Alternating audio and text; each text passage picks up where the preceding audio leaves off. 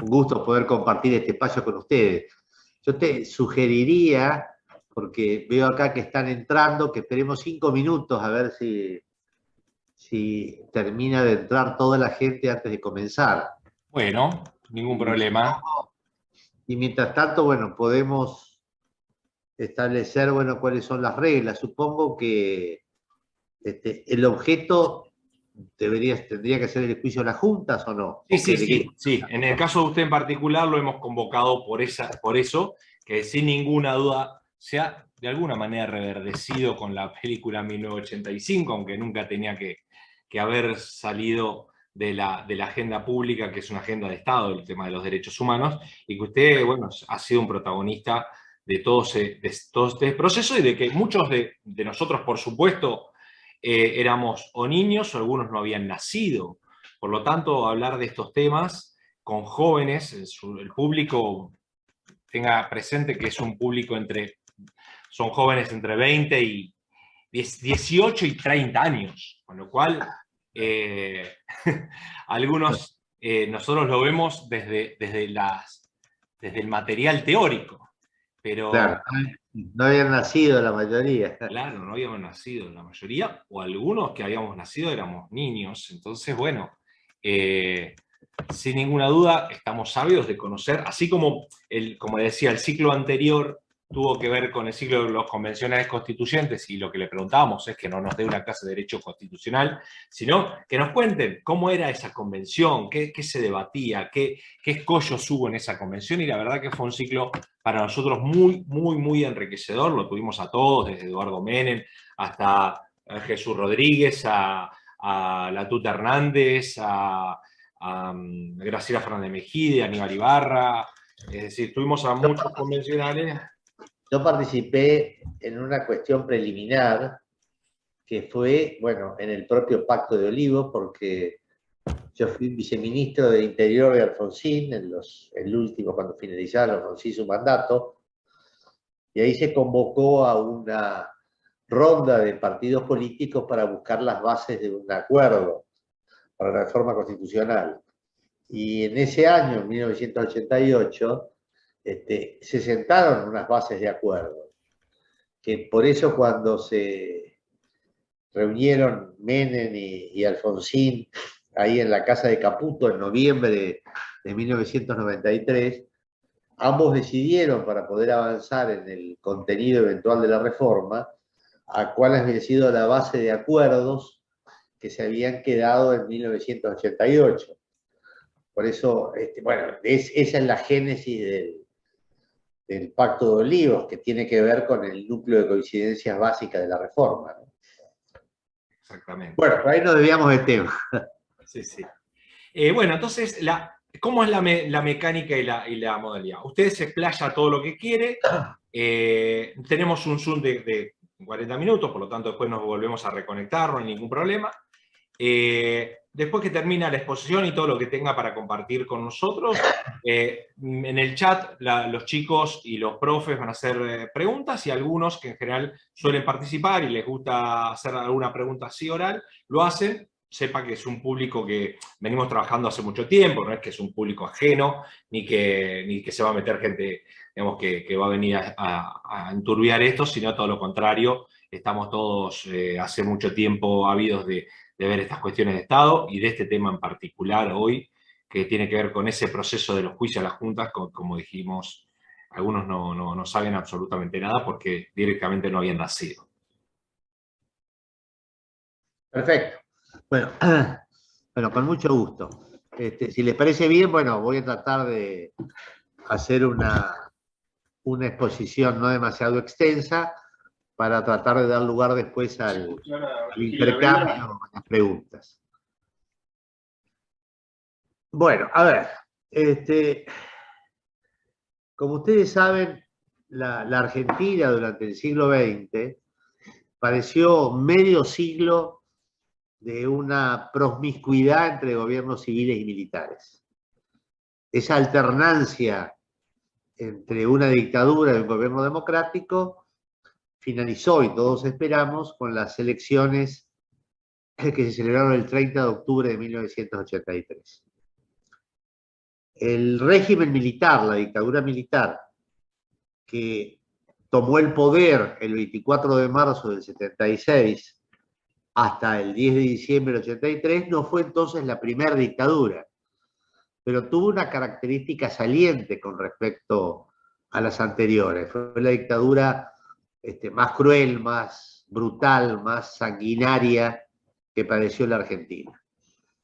Porque con el alegado propósito de combatir al terrorismo, a las bandas terroristas que existían en la Argentina en la década del 70, establecieron un método de represión criminal que consistía en aprender a las personas en sus casas, a las personas que sospechaban que podían estar involucradas con el terrorismo, llevarlas a lugares clandestinos de detención, mantenerlas ahí en condiciones inhumanas, torturarlas para tratar de obtener información, y luego lisa y llanamente asesinarlas. O bien, en algunos casos, legalizarlas, es decir, ponerlas a disposición del Poder Ejecutivo o de un tribunal militar, y en algunos otros supuestos liberarlas. Y todo este sistema, que estaba ordenado a lo largo y a lo ancho del país por las tres Fuerzas Armadas, estaba hecho en el más absoluto silencio, es decir, en secreto. Los habeas corpus que se iniciaban ante la aprehensión de las personas venían todos contestados de manera negativa. Por supuesto, los expedientes que se iniciaban por privaciones ilegales de libertad fracasaban. La barrera con la que se encontraban era el propio Estado. Algo que no es pensable. Uno siempre cree, bueno, que el Estado siempre va a estar del lado de la ley, del lado del orden jurídico, y es impensable que el Estado mienta, que cometa estos actos lisa y llanamente criminales y lo haga absolutamente en secreto. Por supuesto que, como ustedes saben, durante la dictadura, bueno, tanto los organismos de derechos humanos que se fueron formando sobre la base del reclamo, de las peticiones acerca de las madres sobre el destino de sus hijos, como también los reclamos internacionales, que eran numerosos, en la cual había muchos países, sobre todo en la Comisión de Derechos Humanos de Naciones Unidas, que le preguntaban al gobierno argentino qué había ocurrido con estas personas, presionaban obviamente antes de las elecciones para saber el destino de esa cantidad de gente, que se ignoraba dónde estaba. Por supuesto, todavía incluso se pensaba de que podían estar con vida y que podían estar recluidas en algún punto del país. Uno de los cánticos que hacían en ese momento, que estaban en boga, era aparición con vida, castigo a los culpables. Es decir, que existía una fantasía de que podían estar vivos todavía estas personas. En la campaña electoral, cuando se abrió el proceso electoral, los militares, obviamente, el gobierno militar que dejaba el poder, bueno, tomó sus reaseguros sobre qué iba a ocurrir en el futuro. En el mes de abril de 1983, emitió un documento que se llamaba La Última Palabra, que era se llamó el documento final, en el que decía, bueno, acá se trató de una guerra, son acciones en las cuales si ha habido algún exceso se ha castigado y no se va a volver a hablar del tema. Y poco antes de dejar el poder, dictó una ley de amnistía que cubría a todos los delitos que se hubieran cometido en la represión del terrorismo, como también los que hubieran podido cometer las bandas terroristas. Frente a esta amnistía, a ver, los dos candidatos principales en esas elecciones, que era el candidato del Partido Justicialista, que era un reconocido jurista, un reconocido constitucionalista que se llamaba Italo Luder, dijo lo que jurídicamente era lo lo común, lo corriente. Es decir, bueno, el Código Penal tiene una regla que si se modifica la ley entre el tiempo de comisión del delito y la sentencia, cualquier ley en el tiempo intermedio siempre se va a aplicar la más favorable al imputado. Con lo cual Luder dijo, mire, a mí no me gusta esta ley de amnistía, pero de acuerdo al artículo 2 del Código Penal, esto está cerrado, aunque la deroguemos por aplicación del principio de ley penal más benigna. Ahora tiene jerarquía constitucional ese principio, en ese momento era nada más que un principio legal. No se puede reabrir esto. Además existía, bueno, una práctica en la Argentina. La Argentina en ese momento tenía sobre sí 27 amnistías generales, es decir, siempre luego de un periodo de violencia se buscaba la pacificación nacional a través de la amnistía. Y esa era también la solución universal. Al decir la solución universal es porque no existía en el mundo ningún caso de que un tribunal pudiera enjuiciar crímenes de una dictadura saliente.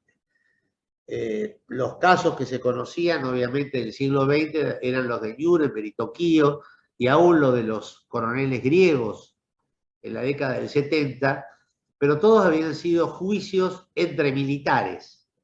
En el primer caso, entre la potencia vencedora o las potencias vencedoras a los vencidos, y en el segundo, bueno, militar con militar, porque era también de una rebelión militar frustrada.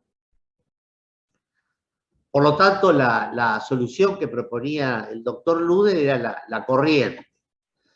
Existía también otro obstáculo jurídico, que era que el Código de Justicia Militar vigente en ese momento establecía que los delitos cometidos, los delitos comunes cometidos en acto de servicio, eran competencia de la justicia militar.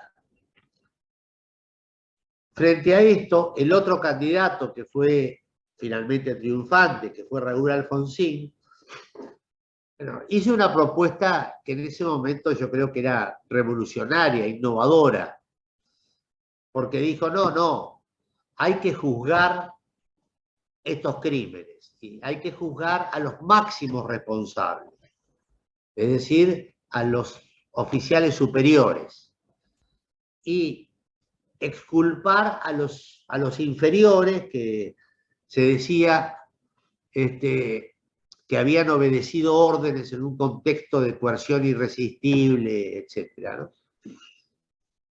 Bueno, esta propuesta de Alfonsín, que coincidía obviamente con lo que exigían los organismos de derechos humanos, aunque quizás menos, porque como han declarado los mismos titulares de estos organismos, lo que ellos pretendían es la posibilidad de esclarecimiento de la verdad, nunca un juicio. Bueno, tenían que enfrentarse obviamente a romper estas barreras jurídicas, la ley de amnistía y la jurisdicción militar. Cuando Alfonsín gana las elecciones, y muy pocos días después de haber asumido, bueno, da las primeras medidas para tratar de trazar la estrategia para llegar a este enjuiciamiento.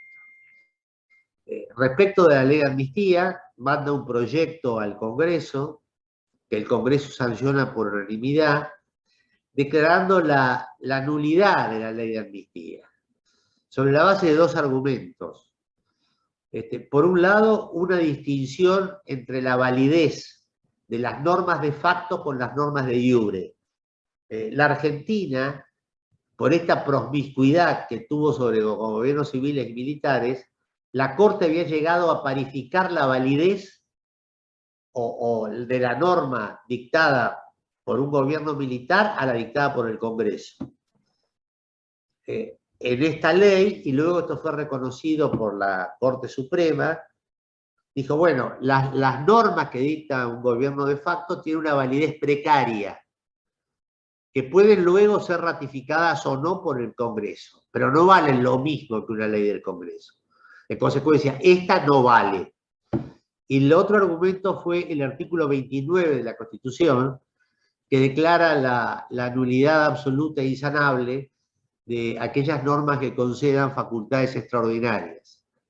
Y se interpretaba que la autoexculpación de los crímenes cometidos por el propio Poder Ejecutivo equivalía a una concesión de facultades extraordinarias.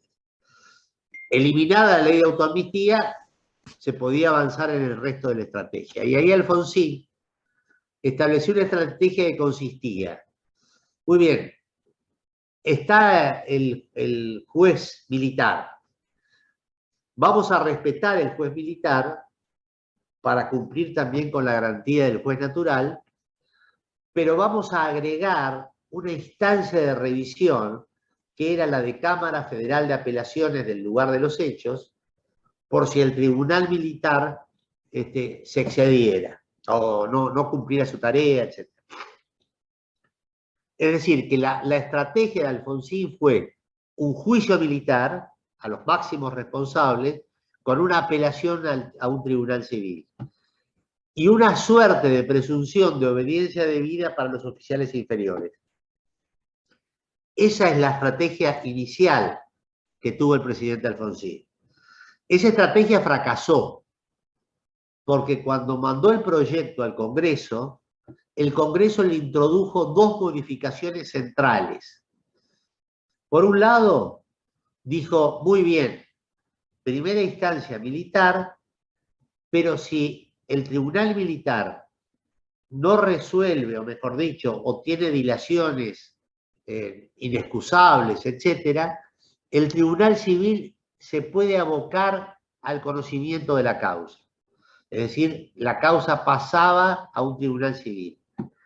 Y por el otro, el Senado incorporó una regla que es que no exculpaba cuando los hechos fueran atroces y aberrantes. Como todos eran atroces y aberrantes, esa causal de obediencia debida se cayó. Así sancionó la ley del Congreso y a la vez Alfonsín le ordenó al Consejo Supremo que comenzara el enjuiciamiento de las juntas militares. Ese decreto de Alfonsín, el 158, en su carácter de comandante en jefe, que le ordenó al Consejo Supremo de las Fuerzas Armadas enjuiciar a las primeras juntas militares, ese es el juicio a las juntas. Así nació el juicio a las juntas. ¿Qué ocurrió? El Consejo Supremo de las Fuerzas Armadas inició actuaciones contra los integrantes de las tres primeras juntas militares. A los 6 meses tuvo que darle un informe al Tribunal Civil, que fue la Cámara Federal de la capital. La Cámara Federal le dio un nuevo plazo, bueno, no importa. Y llegó un momento, que fue en octubre del año 1984, que la Cámara Federal resolvió quitarle la causa al Consejo Supremo, abocarse al conocimiento de la causa. Ese expediente militar pasó a ser entonces juzgado por un tribunal civil, la Cámara Federal en lo criminal y correccional de la capital. Ya estamos en el juicio a las juntas militares. ¿Qué hizo la Cámara Federal? En un expediente que tenía un volumen monstruoso, decidió mantener las reglas de enjuiciamiento del Código de Justicia Militar que establecían la necesidad de una audiencia oral donde se juzgaran los hechos, lo cual le daba la posibilidad de imprimir un fuerte carácter acusatorio al proceso. Como no se podían juzgar, usted dice, bueno, ¿cómo se hace para juzgar miles y miles y miles y miles de hechos? Imposible. Todavía estaríamos en el juicio a las juntas. En consecuencia, cuando le corrió vista al fiscal, para darle al juicio un carácter marcadamente acusatorio, le dijo, bueno, seleccione hechos concretos para poder imputar a los comandantes. Al decir hechos concretos es el secuestro de María, las torturas de Pedro, el asesinato de José, es decir, hechos concretos para los que se pudiera defender. Por supuesto que había que probar que los hechos habían sido ordenados por los comandantes, pero ordenados en general. Luego, la responsabilidad era por estos hechos concretos. Esta selección de casos, se llamaban casos paradigmáticos, bueno, fueron los que se le imputaron concretamente a los comandantes. El fiscal escogió 700 casos, luego durante el juicio fue desistiendo de más y terminaron siendo poquitos, 200 y pico, una cosa así. Por estos hechos concretos fueron que los comandantes fueron condenados. Bueno, a ver, la audiencia fue oral y pública, se celebró en el año 1985, entre los meses de abril y diciembre de ese mismo año. Declararon cerca de 800 testigos a lo largo de, creo que fueron 560 horas de audiencia. Las audiencias se celebraban en una sala muy linda que está ahí en el Palacio de Justicia, en el sector que da sobre la calle Uruguay, una sala que ha salido en muchas películas. Bueno, la misma sala donde está en la película 1985, esa es la sala. Bueno, y luego de todos estos meses, finalmente la Cámara Federal resolvió la responsabilidad de los comandantes, en los cuales condenó a las dos primeras juntas y absolvió a la tercera porque no había hechos. La represión cesó allá por el año 79-80. A partir de ese momento no hay más hechos, con lo cual la última junta no tuvo hechos concretos que se les imputaran. Y respecto de los otros se los juzgó por los sucesos que habían cometido cada una de sus fuerzas. Es decir, al ejército, los hechos del ejército, a la marina de la marina, aeronáutica por los de aeronáutica. Sobre la base de que cada fuerza era absolutamente autónoma e impenetrable en la planificación y en la ejecución de sus hechos. Esto quiere decir que nadie podía interferir en los hechos de la marina o los del ejército y viceversa.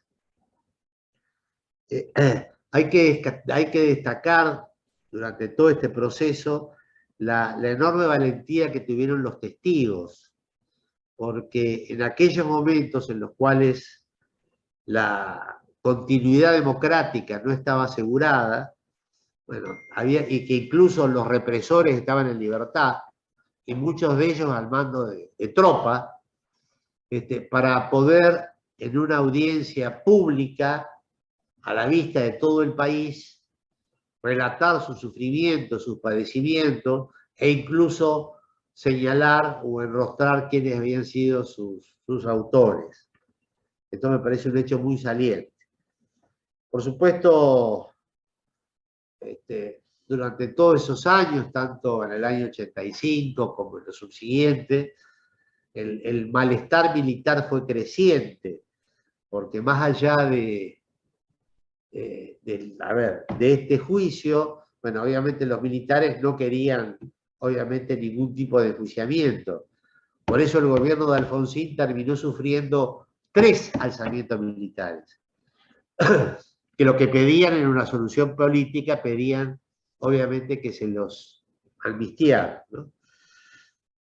Para ir concluyendo, el juicio de las juntas militares sin duda fue un proceso de características extraordinarias, no ordinarias, por muchas razones, ¿no? En primer lugar, su carácter excepcional. Repito, no había ningún juicio, ninguno, en el mundo con estas características, que un tribunal civil pudiera juzgar crímenes de una dictadura saliente. Tengan en cuenta que cuando asume Alfonsín, Argentina fue el primer país de Sudamérica que recobra la democracia. Pero al 10 de diciembre del 83, cuando Alfonsín asume, hay dictadura en Uruguay, hay dictadura en Chile con Pinochet, hay dictadura en Paraguay con Stroessner, hay dictadura en Bolivia, hay dictadura en Perú, hay dictadura en Brasil. Es decir, Argentina estaba rodeado por dictaduras militares. No solamente fue excepcional por lo inédito, fue también por su volumen. Fue un juicio de un tamaño extraordinario, porque ahí se acumularon todos los reclamos que se habían suscitado durante la dictadura, es decir, se le agregaron todos los expedientes. Eran Doctor, miles. se va a cortar en cualquier momento. Les digo a todo el público, como siempre, nos reincorporamos con el mismo link.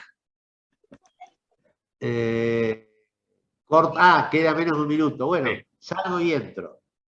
Bueno. Dale.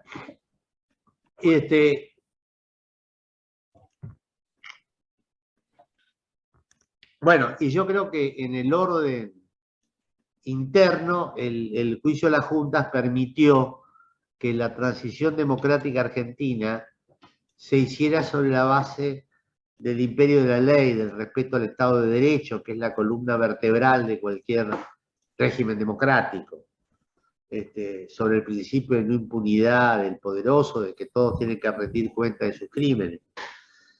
Y el impacto en el orden internacional también fue extraordinario porque términos que ahora son comunes como ius cogen, delitos de lesa humanidad, justicia transicional, justicia retroactiva, no existía antes. Y su punto de origen y su proyección y su influencia hacia el derecho internacional de los derechos humanos se debe al juicio de las juntas militares. Por eso yo creo que probablemente a lo mejor gracias a la película, pero está muy bien que los argentinos y las argentinas podamos recordar este hecho histórico, bueno, que está directamente vinculado a la recuperación de nuestra democracia. Pero muchas gracias por la atención y quedo a disposición de ustedes. Muchas gracias por esta introducción y por estar presentes con nosotros. Ahí hay una primera pregunta, unas dos primeras preguntas. Una que tiene que ver con cómo fue esa tensión entre reconocer desde el lugar teórico, pero también desde la práctica, el terrorismo de Estado con el terrorismo de Montoneros o FAP o FARC, o cómo significó en la práctica eso. Y hay una pregunta más personal, que es... ¿Cómo significó no entendí. ¿Cómo significó en la práctica qué?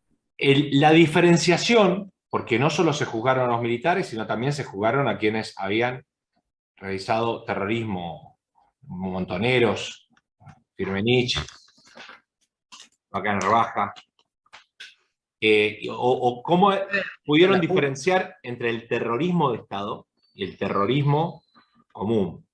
Y la segunda es que le pasaba a Ricardo persona, ir todos los días a ese lugar, ¿qué significó formar parte de ese juicio a las juntas?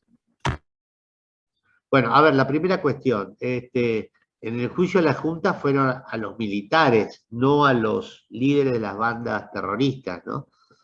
Es cierto que Alfonsín dictó el decreto 158 para las juntas militares y ordenó también enjuiciar a los principales líderes de las bandas armadas. A ver,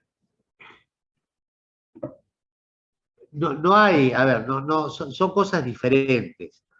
Por supuesto que las bandas armadas o el terrorismo de la década del 70 cometió muchos crímenes, y muchos crímenes, asesinatos, sobre todo a personal de seguridad, secuestros, robos, atentados por explosivos, y todo eso son delitos, no cabe la menor duda, y que deben juzgarse.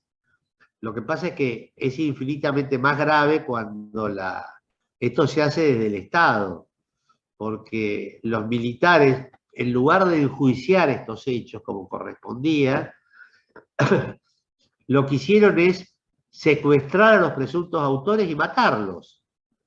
Y esto obviamente es inadmisible, ¿no? Bueno, respecto a cómo me sentía, bueno, generalmente cuando uno está, y sobre todo tan enfocado como estábamos en ese momento, bueno, vos no lo ves en proyección, estás ocupado en hacer lo que tenés que hacer en ese instante, y nosotros teníamos una muy fuerte tensión, un muy fuerte temor de fracasar, es decir, de no poder hacerlo, es decir, que todas nuestras energías estaban puestas, bueno, en el objetivo de poder llevar adelante el juicio y dictar sentencia. Bien, Sebastián, profesor Sebastián Zanquer. Buenas tardes, doctor Gilavera, gracias por estar con nosotros. Hola, Sebastián.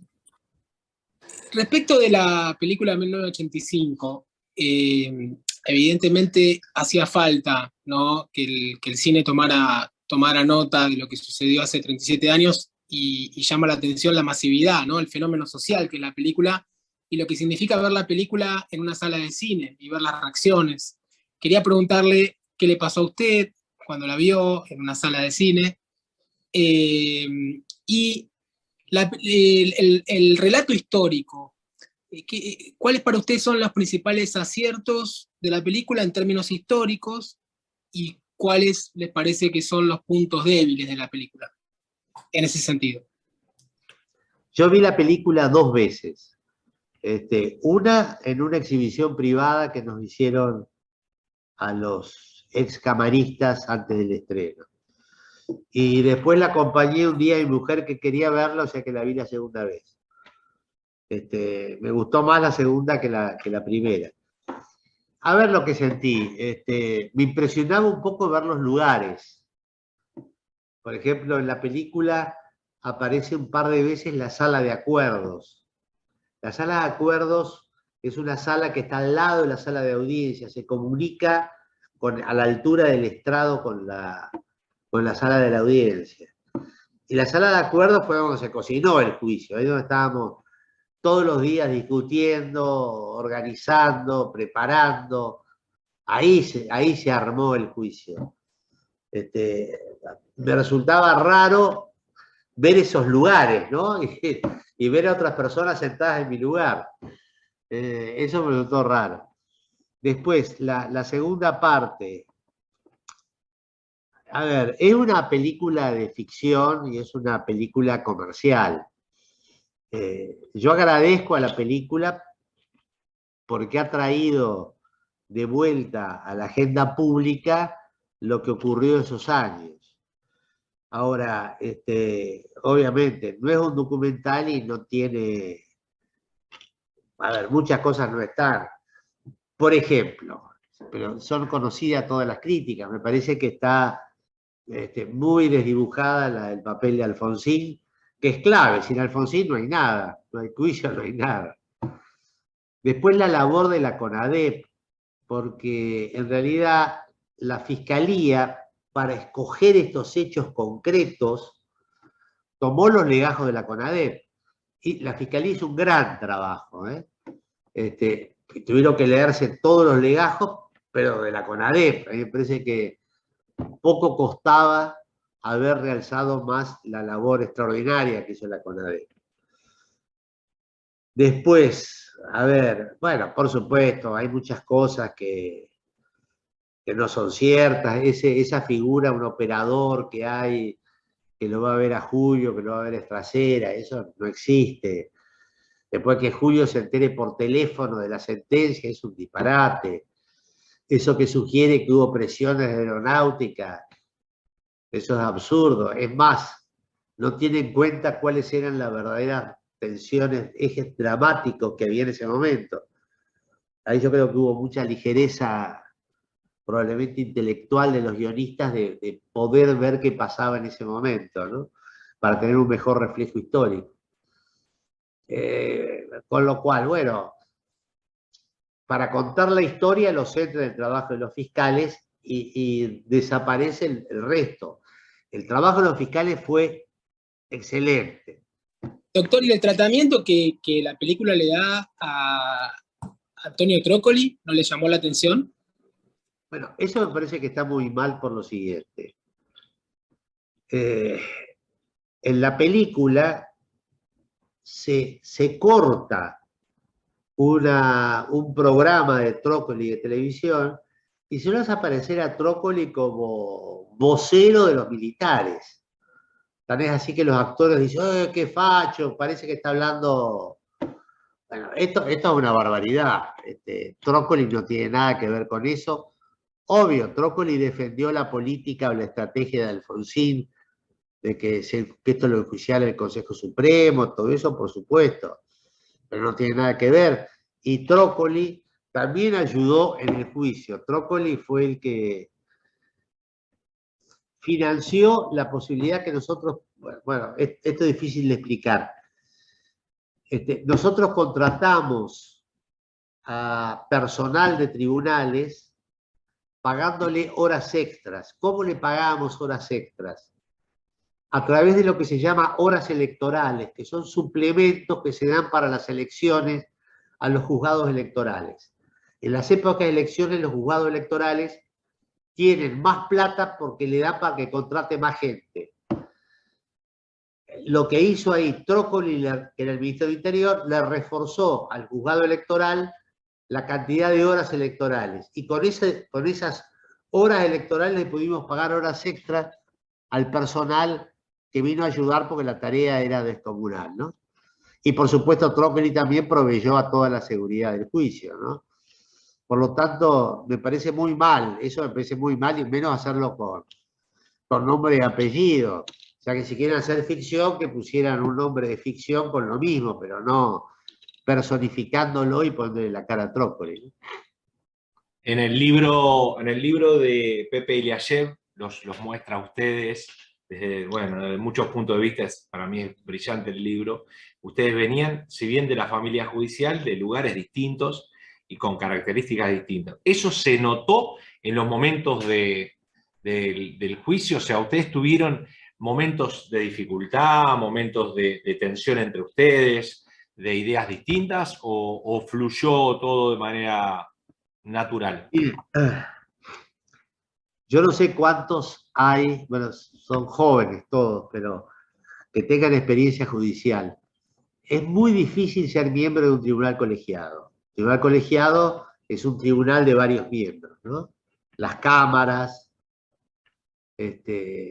los tribunales orales. Digo, es muy difícil porque están las cuestiones humanas, ¿no? Celos, egoísmo, mezquindad, bueno, las cosas, egos, las cosas lógicas.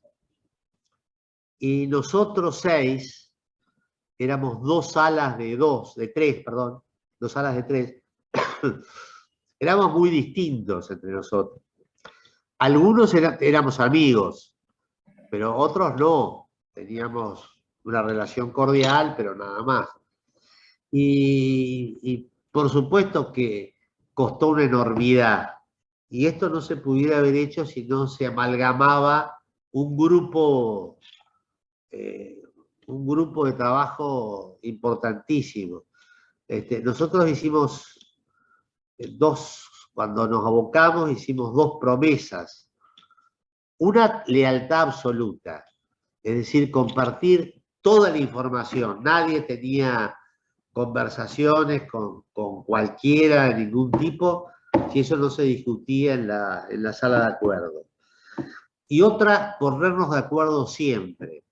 No podíamos permitirnos el lujo de no votar por unanimidad. Entonces dijimos, vamos a estar las horas que hiciera falta, pero vamos a discutir hasta que nos pongamos de acuerdo.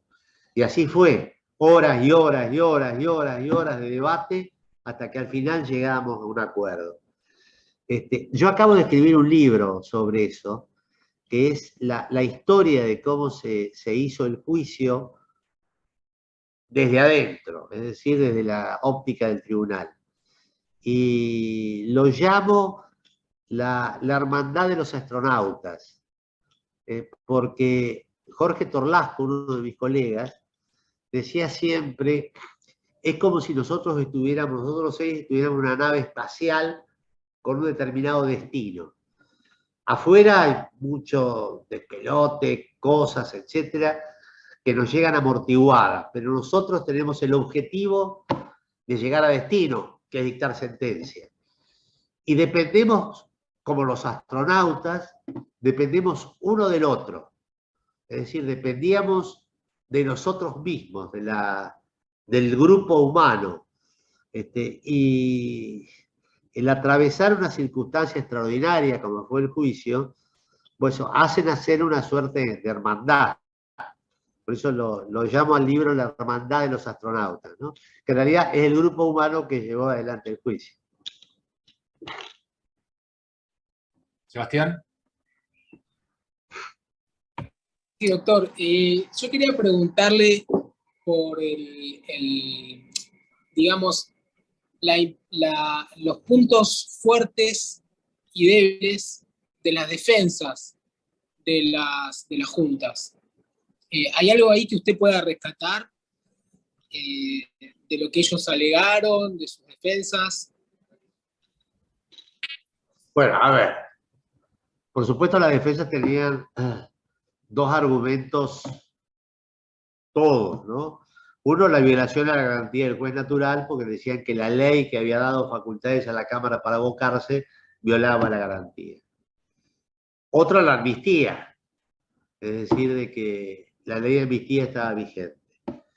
Nosotros desechamos esas defensas y la Corte también lo convalidó. Y después estaban las defensas particulares. Las defensas particulares es tratar de demostrar en los hechos imputados concretos que esos hechos no ocurrieron, tratar de demostrar de que no había un plan criminal, tratar de demostrar que era una guerra. Un argumento que emplearon todos, es decir, miren señores, esto es una guerra no convencional. Y escúchame, doctor, en ese punto, perdón, doctor, que le interrumpa porque le quiero preguntar sobre ese punto. ¿Ustedes lo discutieron en el tránsito del juicio o ya sabían que no le iban a dar lugar a ese argumento? ¿Fue una cuestión discutida? ¿A cuál? Este tema de la guerra. No, a ver, lo fuimos discutiendo por lo siguiente.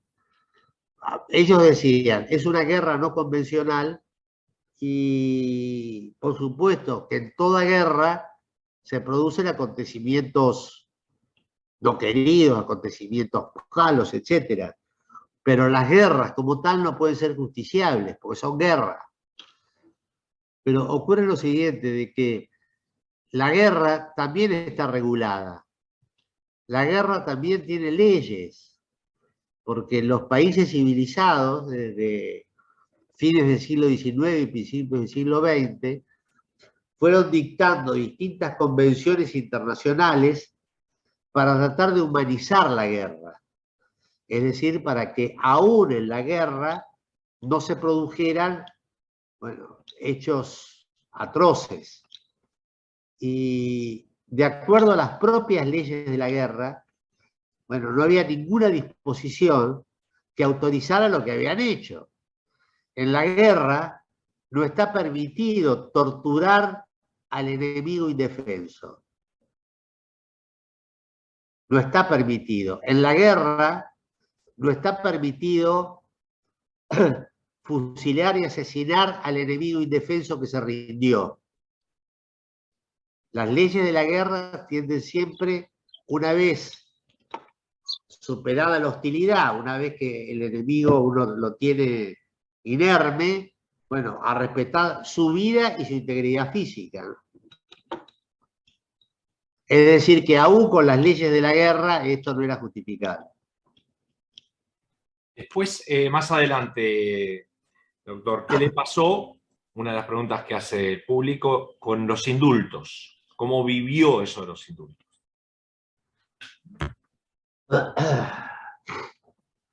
Bueno, a ver, ustedes saben que los indultos, hubo dos categorías de indultos. Fueron indultos a los juicios que estaban pendientes todavía, y la otra fue el indulto a las condenas del juicio. Es decir, fueron indultos a Videla, a Macera, a Viola. Bueno, yo al principio, los primeros días la pasé mal, porque sentí una sensación de inutilidad, tanto trabajo, tanto esfuerzo tirado a la basura. Y después fueron pasando los días y me fui reconfortando, porque en definitiva el indulto borra, no borra la condena, borra el cumplimiento de la pena, pero la condena subsiste. Y la condena supone también el repudio moral de una sociedad, ¿no?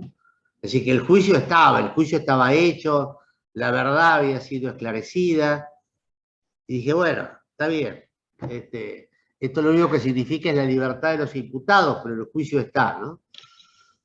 Así que bueno, en ese sentido yo de a poco me fui consolando. Fue intentando digerir. Matías pregunta sobre el momento de la sentencia. ¿Cuáles fueron los argumentos centrales y cómo ustedes vivieron eso entre todos, armar una sentencia con esta idea de un criterio de unidad en la diversidad? Porque seguramente tenían muchos matices. Bueno, esto es más complejo de explicar rápidamente. A ver, la sentencia tiene dos grandes partes. Uno es probar que hubo un sistema criminal ordenado por los comandantes, que nosotros denominamos el colchón. Y luego probar qué hechos individuales que le imputamos a cada uno de los comandantes habían sido cometidos sobre la base de estas órdenes, sobre los del colchón. Los hechos individuales, que eran como módulos, reposaban en el colchón. Esto discutimos nosotros mucho primero qué era lo que se tendría que probar. Y después, ¿qué hicimos? Durante el transcurso de la audiencia, nosotros hicimos dos cosas. Fuimos estructurando la sentencia en el sentido de, a medida que pasaban estos hechitos individuales por la audiencia, los íbamos cerrando con conclusiones provisorias. Uno de nosotros, el que había sido presidente esa semana, bueno, conversaba con grupos de trabajo que teníamos para decir qué estaba aprobado, qué no. Digo provisorio porque eso después tenía que pasar por todos. Y a la vez se iba articulando también la prueba del colchón. Eso en cuanto a la estructura. Sin perjuicio que luego nos dividimos partes de las sentencias. A ver, qué sé yo, para dar ejemplo, Guillermo Ledesma tomó a su cargo la parte de la antijuricidad, la parte de la guerra que ustedes hablaban. Por ejemplo, yo redacté la parte de la autoría mediata, es decir, por qué los comandantes eran responsables, pese a que ellos personalmente no habían matado a nadie, ni habían torturado a nadie, ¿no? Qué sé yo, Jorge Valerga tomó a su cargo la parte de la calificación, bueno, así cada uno. Es decir, la sentencia fue un gran rompecabezas que lo pensamos primero y luego se fue armando y luego se fueron juntando las piezas hasta que, qué sé yo, los últimos 15 días comenzamos a armarla toda, ¿no? Y después, obviamente, rediscutir entre todos cada una de las partes, ¿no? Muy, muy, muy interesante lo que cuenta esto último, porque eso tiene que ver con lo que sucedía bien ahí en la cocina, ahí adentro. Claro. Usted personalmente había estudiado en el Liceo Militar y su padre también era militar, ¿no? Sí, papá era oficial de la Fuerza Aérea y murió en un accidente de aviación. ¿Cómo jugó en algún momento eso un rol? Porque usted también había estudiado en el liceo. ¿Tuvo algún reclamo de sus pares en algún momento? ¿Le significó un dilema moral o de ninguna manera? No, yo diría que al contrario, porque yo soy hijo militar, tenía un tío militar, estudié en el liceo militar, y yo les confieso una cosa, yo jamás imaginé que un oficial del ejército argentino pudiera hacer estas cosas. Eso a mí me parecía descabellado. Por eso a medida que me fui adentrando en los hechos y lo fui viendo, yo le diría que al revés, me indignaba que esa gente hubiera de tal manera echado a la basura el honor de las Fuerzas Armadas Argentinas. Piensen que es el ejército de San Martín y de Belgrano. Los tipos que salían encapuchados a secuestrar personas, que se robaban las cosas de los domicilios. Cosa, bueno, incalificable. Bueno, ya vamos terminando porque habíamos pactado con María, que ha sido muy generosa también, de estar una hora. Ahí Romina, y después Seba, si querés, pregunta ¿cuándo se dio cuenta usted que formaba parte de la historia? O sea, en ese proceso, dice, en la vorágine estábamos todos trabajando, no nos dimos cuenta. Y en eso me parece que uno de los logros de la película, interesante, no sé si sucedió realmente o no, es el diálogo casi final del niño con Estraserra, que le dice, pero metiste preso a Videla vos. O sea, como que Julio estaba ensimismado y estaba en esa vorágine, y el niño no entra en la realidad. ¿Cuándo se dio cuenta de usted que Eso pasó? no es cierto tampoco. Es cierto. ¿No? Bueno, muy logrado cinematográficamente.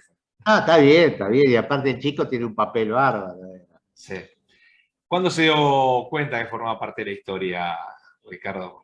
Bueno, cuando fue pasando el tiempo, mucho tiempo después, cuando van pasando los años y ves la importancia que tuvo el juicio en la transición democrática argentina, ¿no? En el momento no lo sabés y lo que tratás es de hacerlo, porque la verdad teníamos una gran incertidumbre sobre lo que iba a ocurrir, ¿no? Lo que ahora parece muy fácil en esos momentos era absolutamente incierto. Marita pregunta sobre la situación actual del Poder Judicial, que está siendo, bueno, de alguna parte de la sociedad deslegitimada y por otro lado atacada directamente como un partido judicial, ¿no? ¿Qué piensa al respecto? Bueno, que es un problema serio porque la legitimación de los jueces no proviene del voto popular. Los jueces son elegidos de por vida mientras dure su buena conducta, ¿no? Y los jueces cumplen una función estratégica en una sociedad democrática. Porque los jueces son los que tienen que defender los derechos de todos, los jueces son los que aseguran la vigencia del Estado de Derecho, los jueces son los que ponen límites al poder, y la legitimación de los jueces es que la gente crea de que van a resolver objetivamente, que van a resolver de modo imparcial, que lo van a hacer de acuerdo a la ley, no con intereses espurios. Y esta deslegitimación, muchas veces producto de la política, ¿no? Porque es la propia política la que dice, no, fulano falló así porque, qué sé yo, porque le dijo Clarín, porque es un empleado de Clarín, o porque es macrista,